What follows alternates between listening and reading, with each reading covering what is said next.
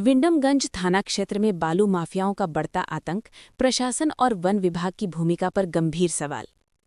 विंडमगंज सोनभद्र। विंडमगंज थाना क्षेत्र के अंतर्गत कनहर नदी में अवैध बालू खनन का कारोबार बेलगाम होता जा रहा है। बालू माफियाओं के हौसले इस कदर बुलंद हैं कि दिन दहाड़े नेशनल हाईवे NH-39 पर ट्रैक्टरों के जरिए खुलेआम बालू की ढुलाई की जा रही है, जबकि शासन प्रशासन और संबंधित विभाग मौन साधे हुए हैं। स्थानीय लोगों का कहना है कि अवैध खनन अब किसी छिपे हुए खेल का हिस्सा नहीं रहा, बल्कि सबके सामने हो रहा है।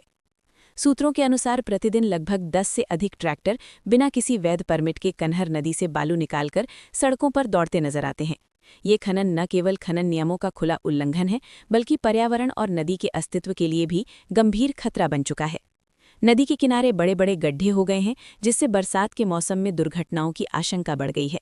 इसके बावजूद न तो विंडमगंज प्रशासन की ओर से कोई ठोस कार्यवाही दिखाई दे रही है और न ही वन विभाग की सक्रियता नजर आ रही है।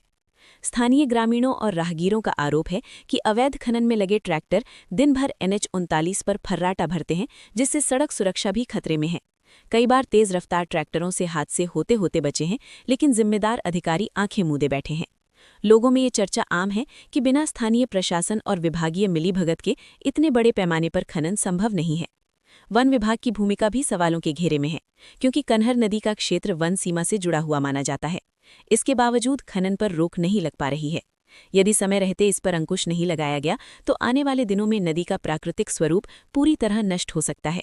अब सवाल ये है कि क्या विंडमगंज प्रशासन और वन विभाग इस अवैध खनन पर लगाम लगाएंगे, या फिर बालू माफियाओं के आगे कानून यूं ही बेबस नजर आता रहेगा। क्षेत्र की जनता जल्द से जल्द सख्त कार्यवाही की मांग कर रही है। विंडमगंज सोनभद्र से जितेंद्र प्रसाद, भारत दृष्टि।